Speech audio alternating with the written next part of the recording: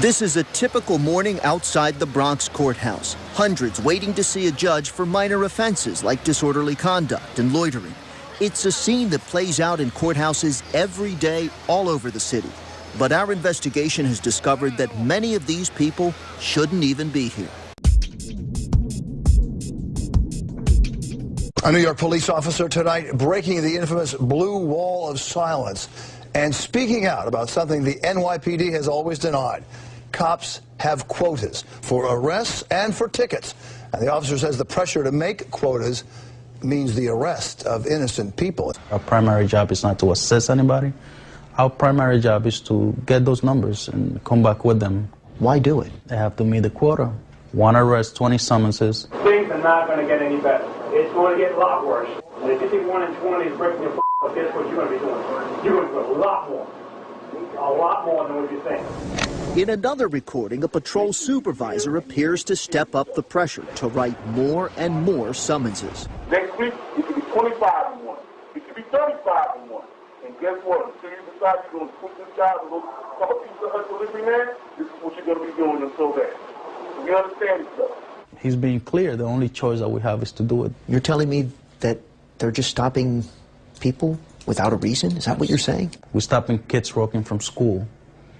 We're stopping kids walking upstairs to their house. We were stopping kids from going to the store. Kids, young adults. In order to keep your activity. In order to keep that quota. Feeling helpless, one young man has decided to document what he sees as a crime-fighting tactic gone too far. To get that message out, he's putting the stop-and-frisk videos that he shoots on YouTube under the name NYC Resistance. He has recorded dozens and dozens of stops in just the past year. Here he follows a group of officers for 1 hour as they walk the neighborhood, stopping to question and frisk school students. The stops all appear to be routine, carried out the same each time. Police stop the student or students, question and search them for weapons and drugs. Nothing is found. Cops move on and repeat the process. The NYPD and the mayor have argued that the stop-and-frisk policies have contributed greatly to the city's historically low crime rate. Still, the U.S. Constitution, in its Fourth Amendment, guarantees protection for all of us against unreasonable searches. And the NYPD's own criminal code clearly reads that a police officer may stop a person when he reasonably suspects that person has or is about to commit a crime. More roll call recordings adding another crack in the blue wall of silence. A veteran of the NYPD sitting down for his first on-camera interview since blowing the whistle on a Brooklyn precinct.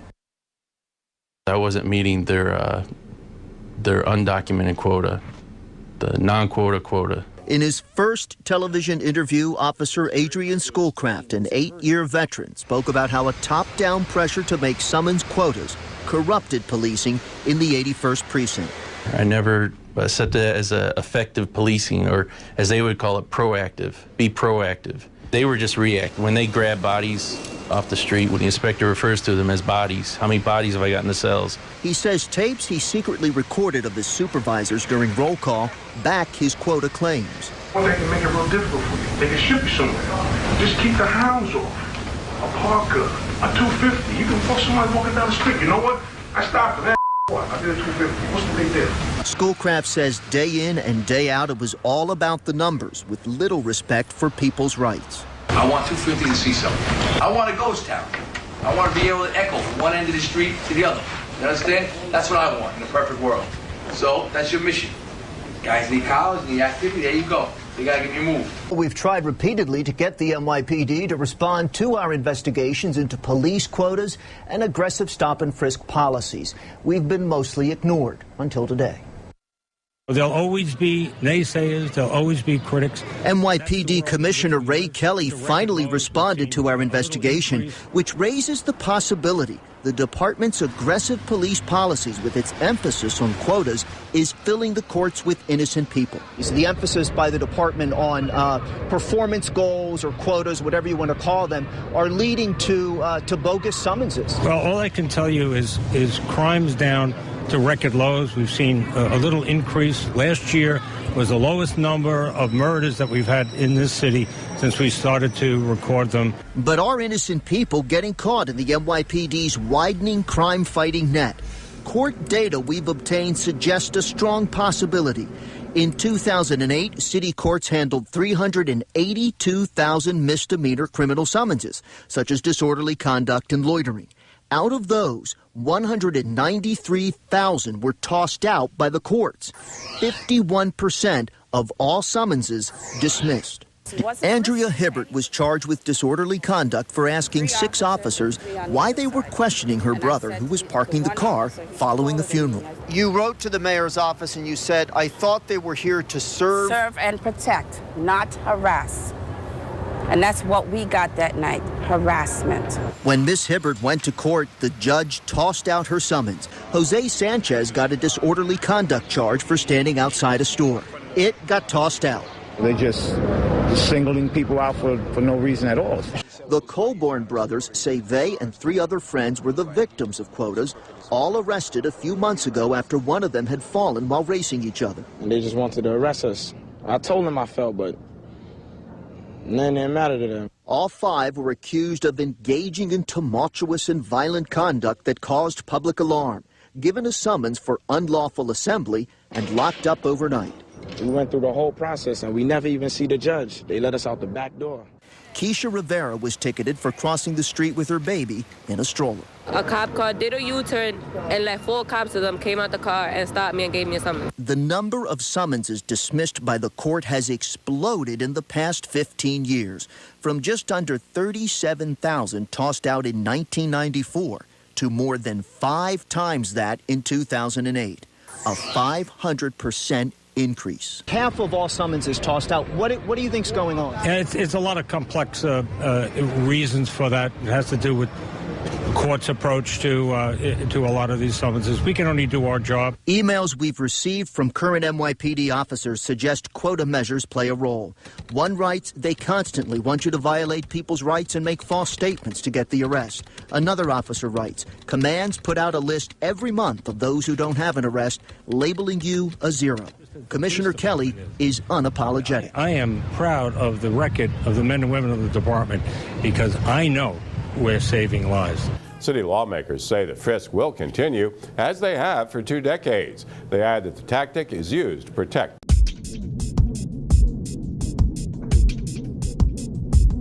Civil rights leaders, including the Reverend Al Sharpton, took part in the silent march down 5th Avenue from Harlem to Mayor Bloomberg's townhouse on East 79th Street. Now, critics say the NYPD's stop-and-frisk program amounts to a form of racial profiling, targeting law-abiding blacks and Latinos. At a rally and march in Harlem Saturday, there were more calls to end the program.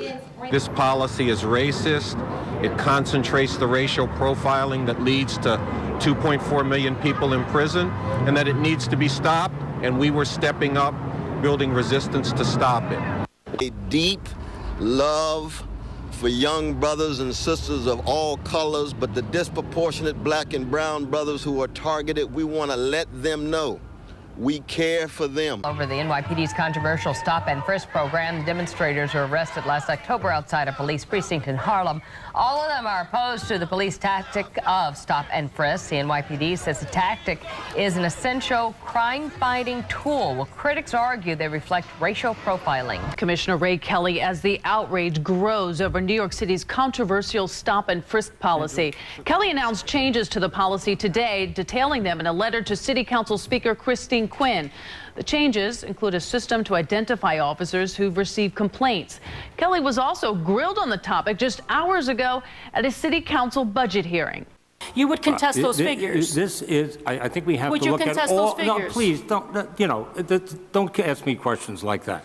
You know, I can't answer a question like that because it's a much broader issue. Well, you're saying the reason this is important is because you're taking guns off the street, but your own data is indicating in terms of percentages that when you frisk white individuals in our community, you're getting more guns percentage-wise from those encounters than you are from blacks and Latinos. As I said in That's significant.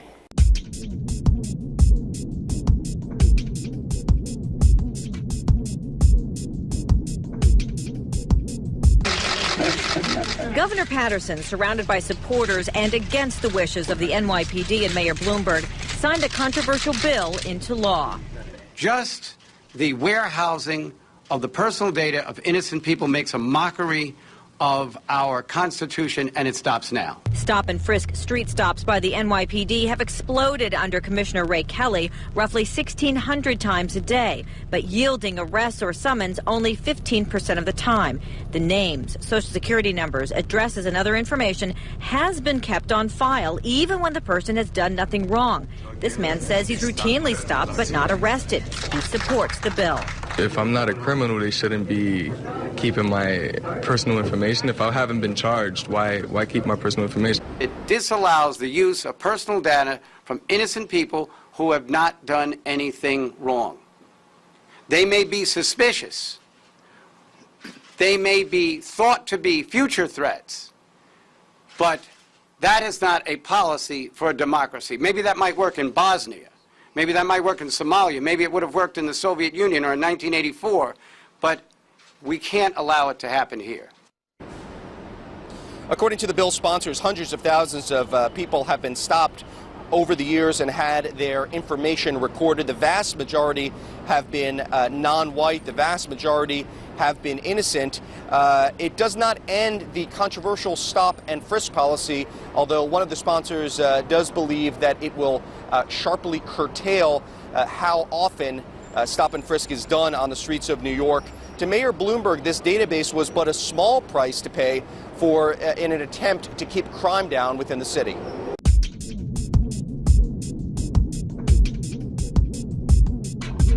Michelle is not very happy about the fact that his name and the place where he attends school were revealed, and I think we won't invade his privacy any further. Governor Patterson did not seem happy with the storm around his 15-year-old son, Alex.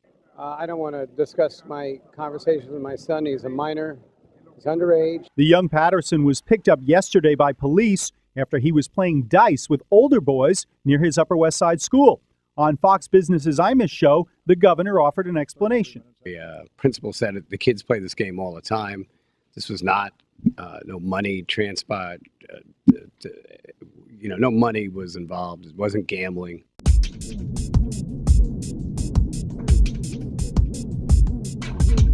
And like I said, it appears that the governor's office is suggesting that now they're going to try and use rumor and innuendo to get him out. Dick, there already have been published reports that Governor Patterson having some sort of relationship with a woman. The thing in Albany, the thing at the restaurant in New Jersey.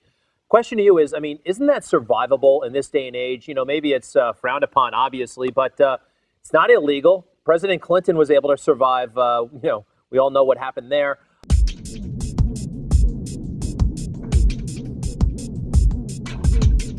A New York judge grants class action status to a 2008 lawsuit accusing the police of discriminating against blacks and Hispanics. The judge ruled there was overwhelming evidence that a centralized stop and frisk program has led to thousands of unlawful stops. The first ever court hearing on the controversial NYPD stop and frisk policy kicked off at federal court in Manhattan on Monday. Angel Ortiz of Soundview is just one of nearly 10 Bronx residents who are involved in the lawsuit. Ortiz says he was randomly frisked and arrested while he was visiting a friend in Queens back in March. This past week, a federal judge cleared the way for a class action lawsuit to be filed against the city. It's a victory for critics who say the stop and frisk policy is racially biased. This year, police are on track to stop more than 700,000 people, and the majority of them are black or Hispanic. The mayor and the police commissioner defend the program, saying it's getting guns off the streets. The judges on the bench and the people in Washington are certainly not among that group. A big blow to the NYPD stop and frisk policy. One local DA is refusing to take many of the cases to trial. The Bronx District Attorney says he will no longer prosecute many of the trespassing cases at housing developments that come to his office. It's the latest blow to an NYPD policy that critics claim unfairly targets minorities. Before today, it has been mostly minority leaders critical of the stop and frisk policy. Now that criticism is coming from a prominent prosecutor. Lawyers say a program called Clean Halls is out of control here and across the city. Police patrol in these private buildings to make them safer. There's nothing wrong at all with the police patrolling in the buildings or outside the buildings. What's troubling is that police officers have been under the mistaken impression that simply because buildings are enrolled in the program, they can stop anyone they like and demand identification. The Civil Liberties Union is now suing police. When you need them, they're not there. When you don't need them, they're right there. And they're doing things that they're not supposed to be doing. The complaints are so bad, the Bronx DA recently wrote police, "We will no longer accept trespass cases based on police deposition paperwork."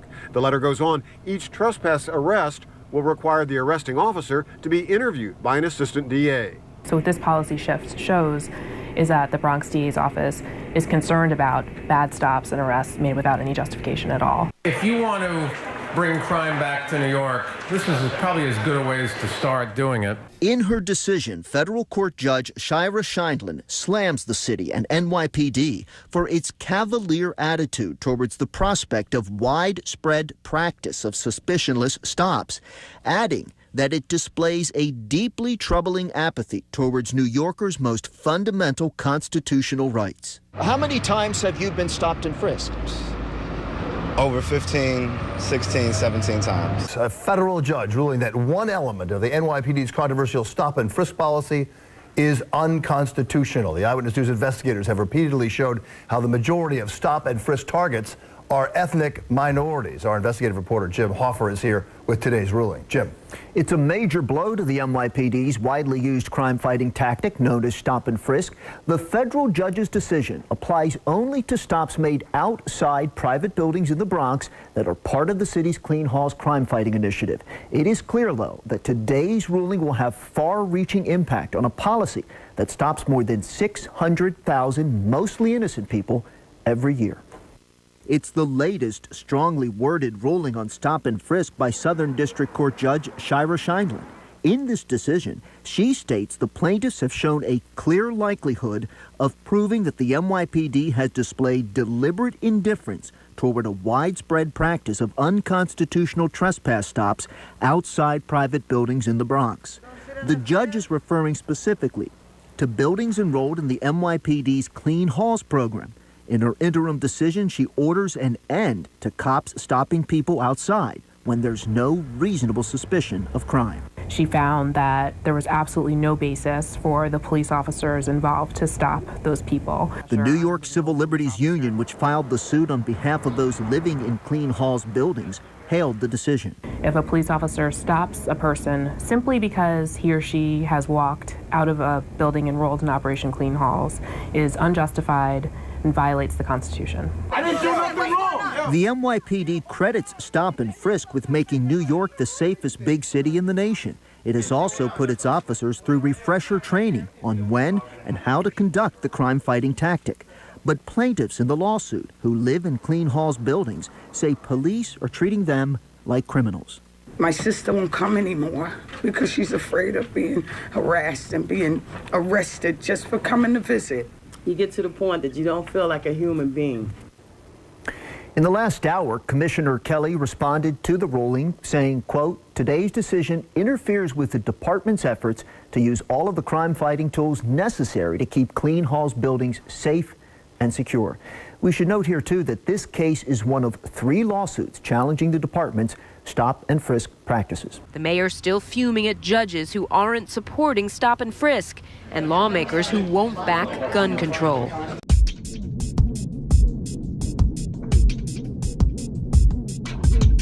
Joe and Sandra, we've spent weeks talking to this sergeant and examining hours of audio tape and numerous crime reports he gave to us. Proof, he says, that the Rockaway precinct, where he was a supervisor, has been downgrading felonies to make crime look low and top brass look good. Sergeant Robert Borelli says the NYPD has left him with no choice but to go public after months of ignoring his allegations of routine misclassification of crimes at the 100th precinct in Queens. He says the pressure there to manipulate crime reports has become unbearable. I just couldn't take it anymore. Came a point that it just finally broke, and I'm like, you know, this has got to come to a stop. So last May, Sergeant Borelli started handing over dozens of crime reports to the NYPD's Quality Assurance Division, whose job it is to ensure the accuracy of crime stats. The reports, he claims, amounted to smoking gun evidence of intentional routine downgrading of crimes. They're constantly changing the classification to downgrade crime so it's not tracked. It goes under the radar according to the FBI crime stats. So in other words, trying to bury the serious crimes. That's correct. For example, this incident from last August in which an angry customer fired 4 shots at a cab driver, a clear case of felony assault. I was the supervisor on the scene. I made the determination of what we had. I appropriately charged the proper crime, the attempted assault 1, and it was later on changed, I believe, the following morning. Someone lined it out and changed it to reckless endangerment. Sergeant Borelli is no longer able to feed misclassified reports to quality assurance. Suddenly and without explanation, he was recently transferred out of the precinct where he had been a supervisor for nearly a decade to the midnight shift at the Bronx courthouse. The department needed to isolate me. They needed to contain me, so they transferred me out to remove me from having access to the complaint reports that I was giving to quality assurance on a pretty much week-to-week basis. Sergeant Borelli has also been hit with discipline charges for an argument with an officer. If you cook the books, it isn't going to stay private for very long. Somebody's going to find out about it, and then you're going to, the management, Kelly on down, is going to come down on you like a brick. But all they seem to be coming down on are those in the department who speak out about the focus on numbers. Officer Adil Palanka of the 42nd Precinct, who spoke out against quotas last March in an Eyewitness News investigation, has been suspended. So too, Officer Schoolcraft of the 81st Precinct. Now, add to that another officer from another precinct, this one in the Bronx, who insist the books are being cooked. People come in and they report a crime. You hand in the report, then they'll come back and look and try to get a complaint number, and you can't find it. The report's gone. The reports, yeah, they're gone. It's like it never happened. Have you seen that occur? Yeah. Yes, I have. I've seen it occur for a burglary, where the report just disappears. How often does this happen? This is a pretty frequent thing. There's a magical decrease in crime consistently. Just days ago, this officer agreed to talk anonymously to Eyewitness News about what it says is the daily downgrading of crimes, even at times outright disappearance of crime reports.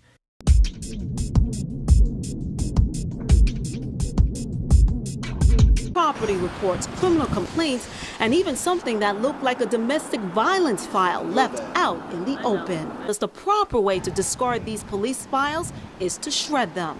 Meanwhile, after learning what News 12 found, officers quickly took all the sensitive information and files from the dumpster and secured them inside the building. Even though the paperwork and the police files were taken into the 4-0, many here in the community believe the damage has already been done.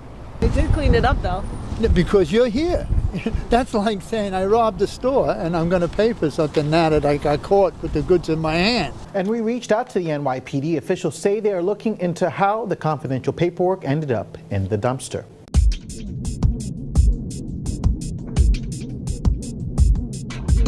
Growing questions tonight about the reliability of the NYPD's own crime statistics. Our investigation more than a year ago raised questions about its accuracy, and Commissioner Ray Kelly appointed a special commission to investigate. Well, tonight a member of the City Council wants to know why that commission's investigation still has not been completed. Investigative reporter Jim Hoffer is here now with his exclusive story. Jim. Liz, the report should have been wrapped up by last summer at the latest. The police commissioner who handpicked the independent review panel now says he has no idea when their examination of the crime data will be completed. In January of last year, Commissioner Kelly announced he had appointed 3 prominent former federal prosecutors to investigate the integrity of the NYPD crime data. The review coming after a series of reports on Channel 7 in which several officers came forward claiming precincts where they worked were fudging the books, even tossing out crime reports. This was obviously done for what? Bringing crime down, or making, more specifically, the commanding officer of the 81st Precinct appear to be effectively fighting crime. By just making reports disappear? Correct. When Kelly announced the new committee, the department's press release stated the committee would complete its work over the next 3 to 6 months. More than 13 months later, and still no report. Why is it taking so long? I I can't tell you exactly because that's an independent committee. I will tell you that one of the participants passed away, unfortunately, and understandably may have slowed down the process. But Commissioner, he passed away just a few months ago in December, long after, you know, a press release put out by the department said that the work would have been done no later than this past summer. I can't control the pace of the work of an independent committee.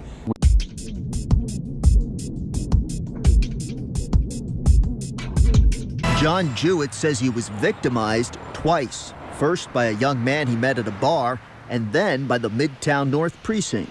It all began last March when the man he met allegedly attacked him with a wood table and threatened to kill him. Police responded and Jewett was rushed by ambulance to the hospital. He had a fractured rib, numerous cuts and bruises, and broken teeth. The police didn't want you to file the crime complaint. They did not want me to. And they did everything in their power not to. Jewett says when he went to the precinct to get the assault report, he was told there was no record of any incident. For weeks, he pleaded with the precinct to file it as a crime and charge the man who attacked him. What do you make of that? They didn't want to report it. They didn't want a statistic. Do you think that the police just wanted this crime to go away? Oh, they wanted to, absolutely. Me and the crime, gone. Llewellyn Davis says the NYPD apparently wanted her to go away too. The 75-year-old keeps busy by looking for discarded items left on the curb, which she then sells on eBay. But during her hunt for valuables a few months ago, a young woman assaulted her. She grabbed my wrist and she didn't make me fall, she slammed me against the concrete sidewalk. She was treated for head injuries and a concussion by her doctor.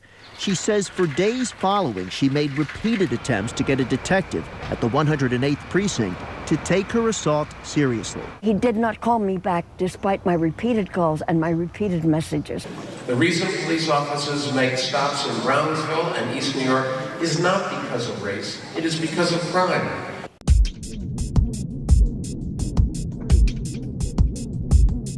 But for the second straight week, Mayor Bloomberg told churchgoers in Brownsville, Brooklyn, that the program keeps guns off the streets and keeps New Yorkers safe.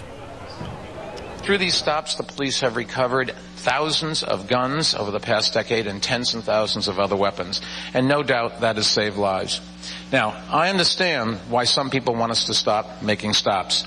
Innocent people who are stopped can be treated disrespectfully. That is just not acceptable. Commissioner Kelly won't tolerate it, and neither will I.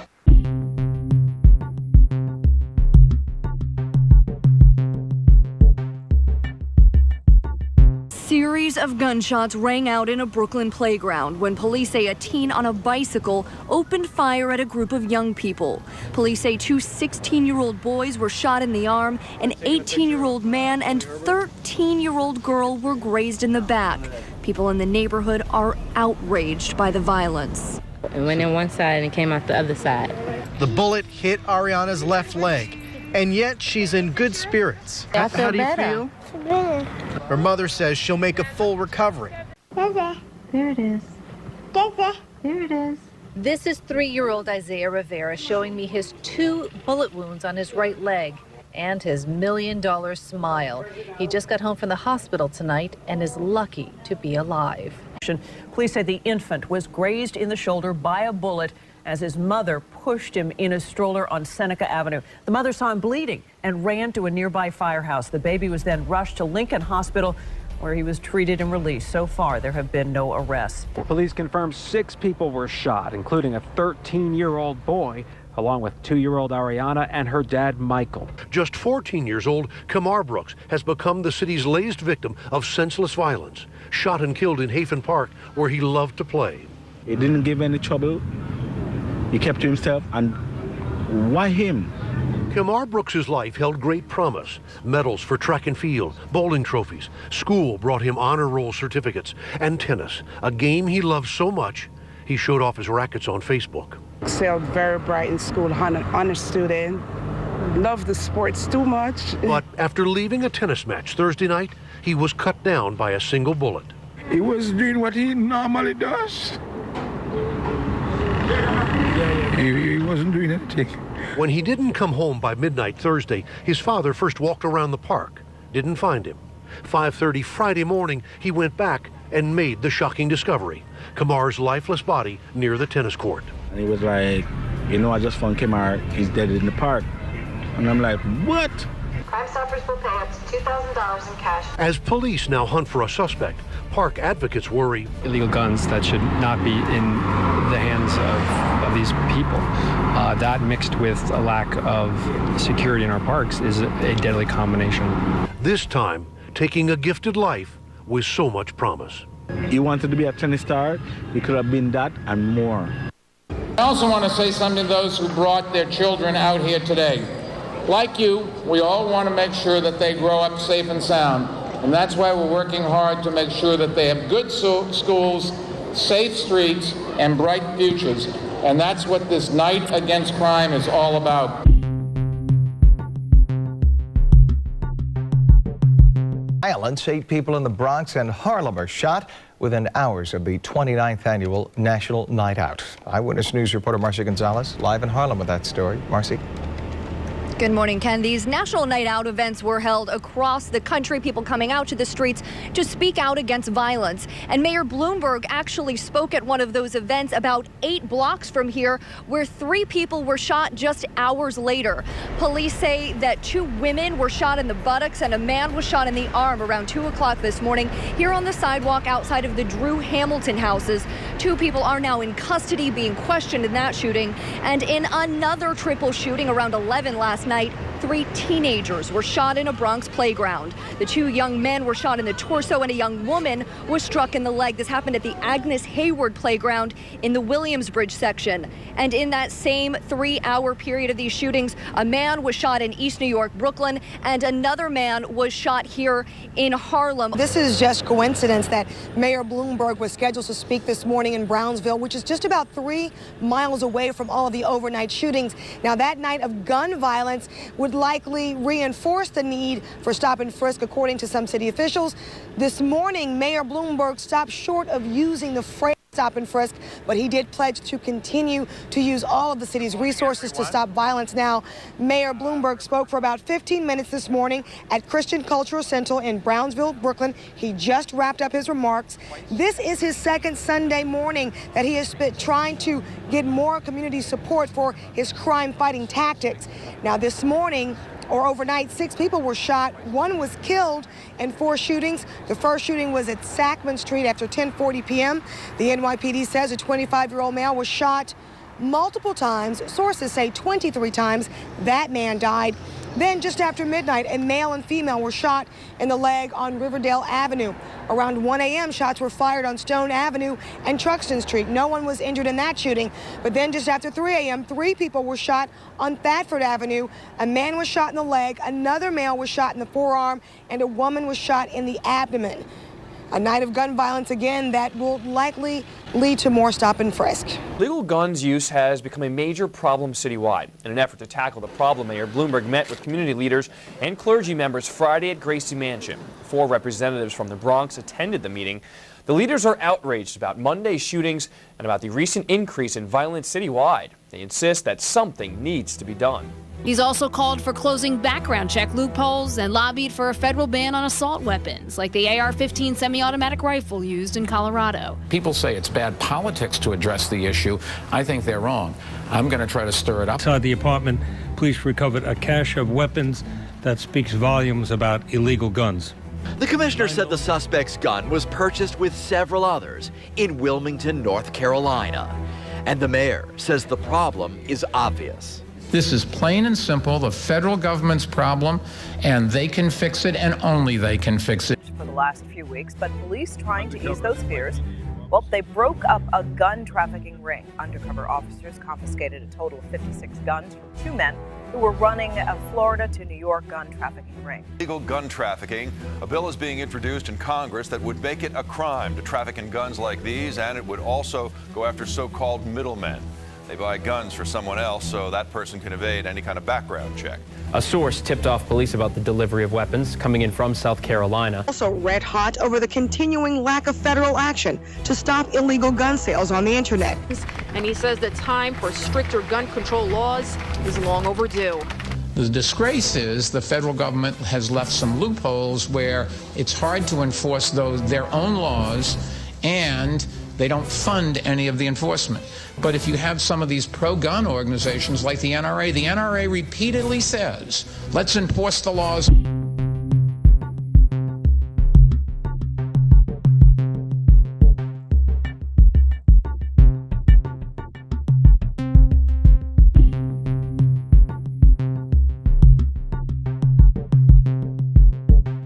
I can't lift my arm too high. Like, as you can see, I move it too far, it starts to hurt. Can't touch, like, if something's scratching me, I can't scratch it. I can't hardly take a shower properly. It's not cool. It's not a cool experience. Jamela Thomas cradles her 15-year-old son in her arms, her hand gently touching the spot where a bullet lodged in his chest. Her boy was one of 4 wounded while playing basketball at Fish Playground Monday night. The teenager just hanging out with her friends in the Morrisania section, suddenly the target of gunfire. She says the violence has to stop. Just 14 years old and already a target of gun violence. And he started shooting, but like me and my friend was in shock. And I felt something, but like I didn't fall right away. She speaks exclusively to Eyewitness News, telling me that she and a group of her friends stood here on Lyman Place near Freeman Street Sunday night 2 weeks ago. What do you remember about the shooting? Did it happen very fast? They just put the gun out the window. They rolled the window down a little bit. They didn't even look at who they were shooting at. It came from a car driving by, nothing said, just 6 rapid shots. Did you even realize what happened? When I looked down and I saw blood, that's when I fell. Her 15-year-old friend also shot. Tell me about your injuries. Where were you shot? I got shot in the ankle and it came out, and I got shot in the calf and it came out, but the bullet went through, so it broke the bone right here. I wonder how they get the guns. Who gave them the guns?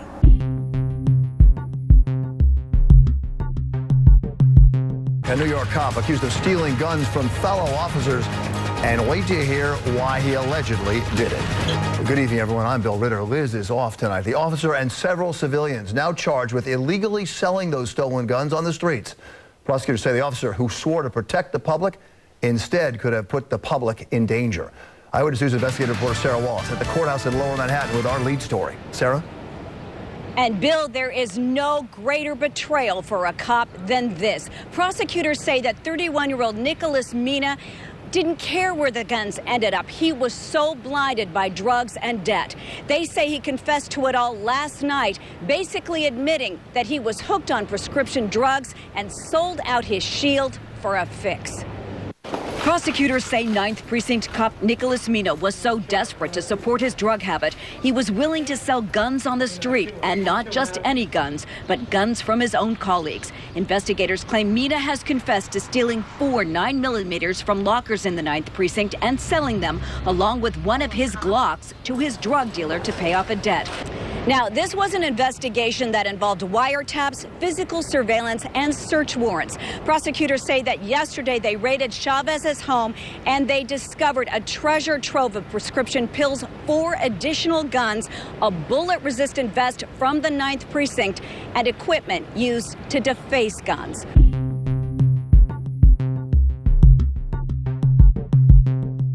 All of these shootings have a disgraceful fact in common. All were committed with illegal guns that came from out of state.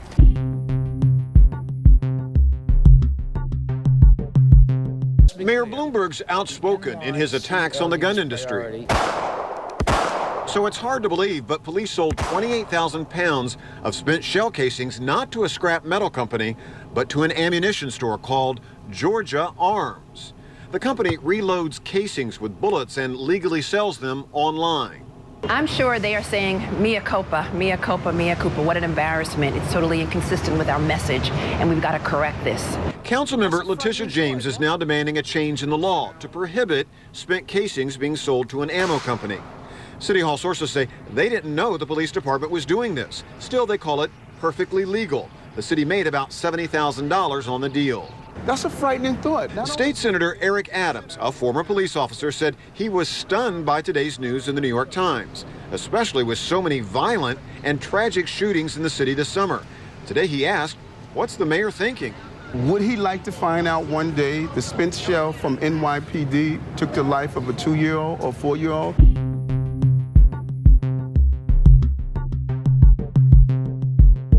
Well, police tonight are searching for the people involved in a shootout in a playground in the Bronx that claimed the life of a 4-year-old little boy. Lloyd Morgan was caught in the crossfire last night when bullets started flying during a basketball tournament. His tragic death comes at a time of heated debate over the NYPD stop-and-frisk policy. At least one critic now says the child's death may have changed his mind. Political reporter Dave Evans is at the scene in the Morrisania section tonight. David.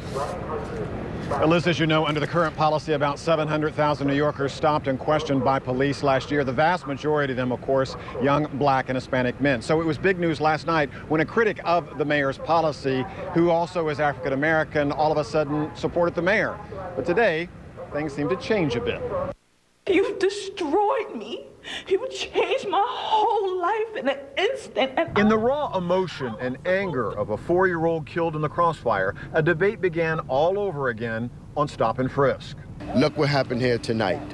Maybe we should reconsider and be supporting stop and frisk. The assemblyman who represents this part of the Bronx was so angry about the boy's death that he gave aid and comfort to the Bloomberg administration.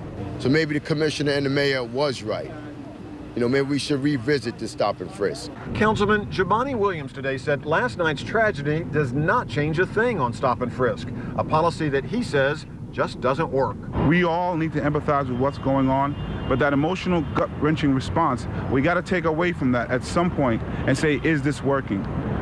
I've asked the mayor, the commissioner, the deputy mayors, everyone to answer the million-dollar question of why shootings are going up at the same time stop, question, and frisk is going up.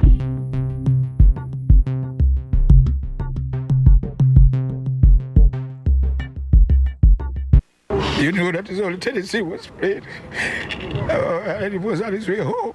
And it's tragic that it had to end like that, that I couldn't bring him back home. It's disgusting and it's scary. It's very, very scary because it's happening for no reason. The mayor visited the young patient tonight.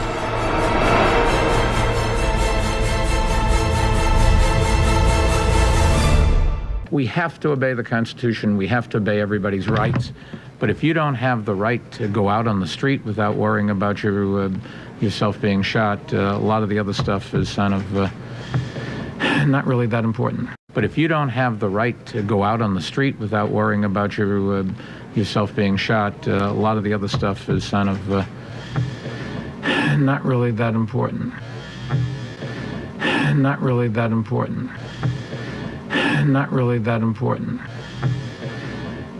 Not really that important.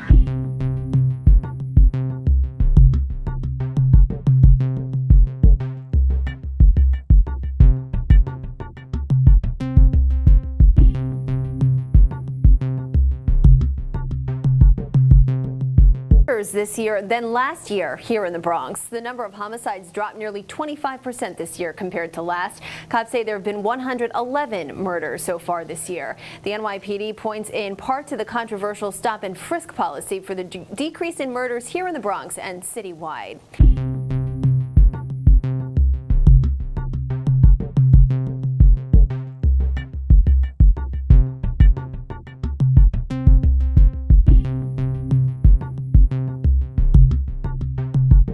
Information. Guns, cars, all held as evidence were destroyed by Sandy's rising waters.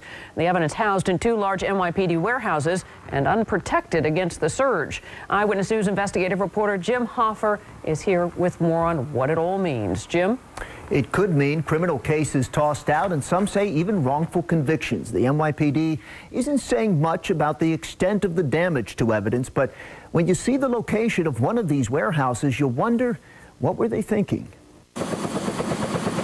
Surrounded by water, this NYPD evidence warehouse in Red Hook, Brooklyn had no chance of escaping the superstorm.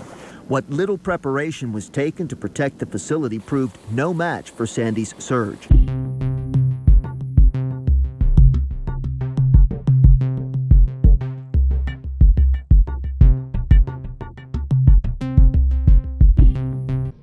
Don't be stupid. So don't be stupid. Get out and go to higher, safer ground. You know, I just don't know any other way to put it. Same for this evidence warehouse in Greenpoint. Reportedly, thousands of barrels of stored DNA evidence, as well as guns and drugs at both facilities, came in contact with sewage-contaminated floodwaters. From a societal standpoint, this is highly problematic. Former Brooklyn prosecutor David Schwartz says the impact could be tremendous. You will have a significant number of cases where that evidence will have an effect on the trial. Already, it's reported the courts are feeling the impact, with police testifying that evidence in some cases was inaccessible. Some attorneys for the poor fear the damage will result in wrongful convictions. New Yorkers are often accused of crimes wrongfully, and they're entitled to have an opportunity to prove their defense. And if the evidence has been lost, they can't. The Brooklyn's district attorney's office would not say whether the NYPD has briefed them on the damage, but in a statement to Eyewitness News, a spokesman said, "We will continue to notify attorneys as soon as we learn that vouchered evidence has been stored in one of the two damaged facilities, and will continue to examine the issue on a case-by-case basis." Meanwhile, the impact of the damaged evidence could be felt in the courts for years. There could be motions being brought after conviction later on that says that lost evidence would have exonerated the criminal defendant, and therefore the entire case should be dismissed. So you'll be seeing these motions for years to come. Just minutes ago, the NYPD confirmed that there has been 6 instances so far where the court was told that evidence for a pending case existed but was unavailable because of the 2 sites closed because of contamination. Deputy Commissioner Paul Brown telling us in a statement that a lot of the evidence has already been tested for DNA, and those samples are preserved by the medical examiner. However, Brown states, quote, "It is unknown how much evidence will end up being lost entirely, but it is expected," he says, "to be considerable."